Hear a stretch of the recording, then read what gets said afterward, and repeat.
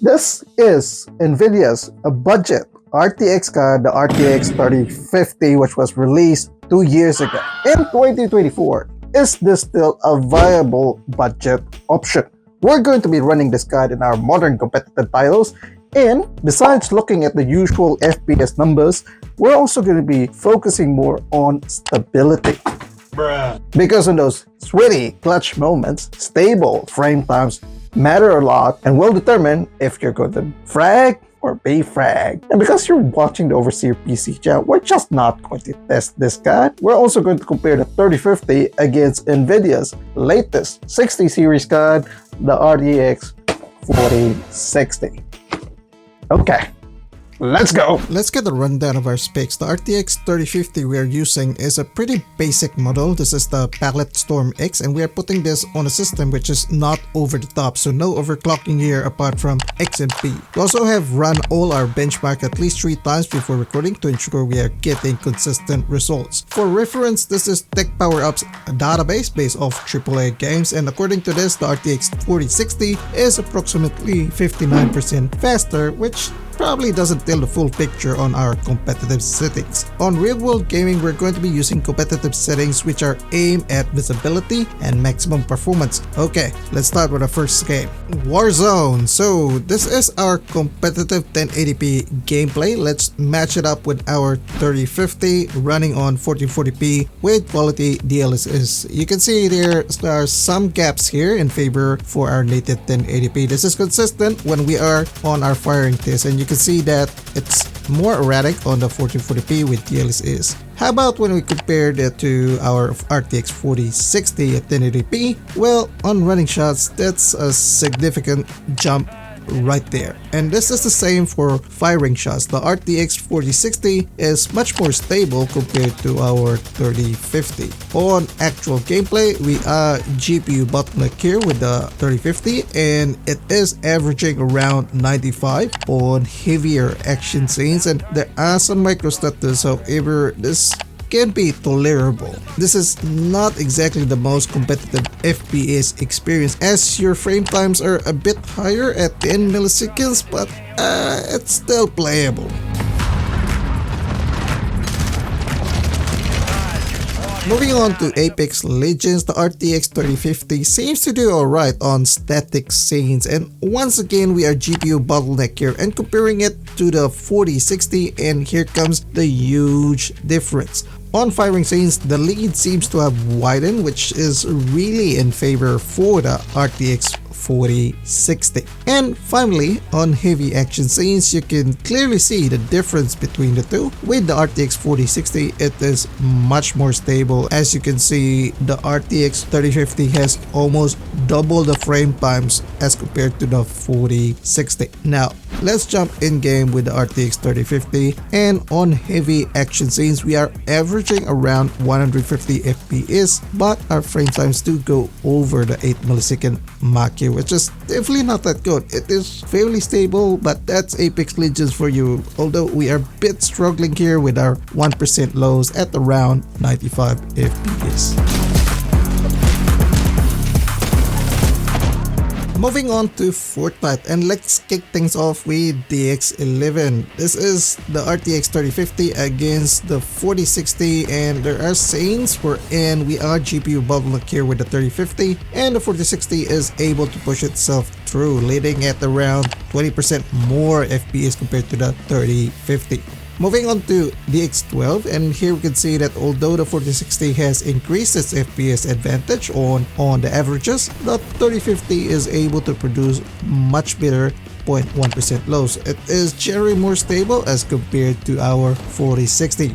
Finally, we have performance mode, and you can see clearly in here that although we are not GPU bottleneck on both cards, the 4060 is still able to push more FPS of around 16%. Now, lows are still slightly better for the 4060. However, this is probably the lowest lead for the 4060 against the older 3050. Meanwhile, in game on performance mode, our RTX 3050 continues to have higher average FPS. However, 1% lows, it's much lower compared to our benchmark runs. But that is expected as we are now on a live gameplay with much more variables involved. We're still getting those frame time spikes, which can't be normal on Fortnite. It is still a viable option, although definitely not the best experience for performance mode. And finally, here's all three APIs compared to each other. And before we proceed, boys, if you're interested on seeing more of our in-depth hardware testings, make sure you subscribe to the channel. These competitive shooters tend to change performance very often, especially on major game patches. And our next game is Valorant. This competitive shooter doesn't require much GPU grunt, but it's still crucial to pick the right card. Running the RTX 3050 at 1080p and 1440p, we can see that there is a significant difference here, and that's because we are almost GPU bottleneck with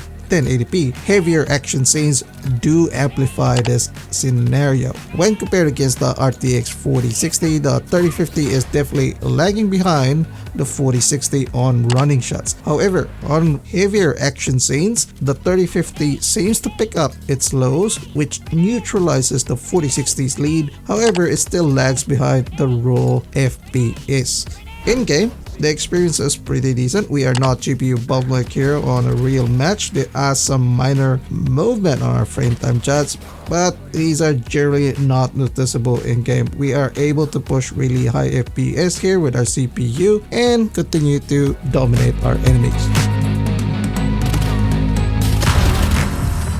Next title is PUBG. When running DX11 Enhanced at 1080p, there is no contest here against the 4060. Take note that the RTX 4060 is 36% more expensive, but in this game we are getting 59% more FPS, and this lead actually continues to push through on heavier action scenes like this one. The RTX 3050 is not able to carry its lows against the much more modern RTX 4060 on this specific scenario. In game, we are close to maxing out our GPU depending on the scenes here, and we are averaging around 150 FPS right about here in Miramar. Lows are at around 95, and we are still experiencing some frame time spikes here and there, but this is generally expected with PUBG on a live game.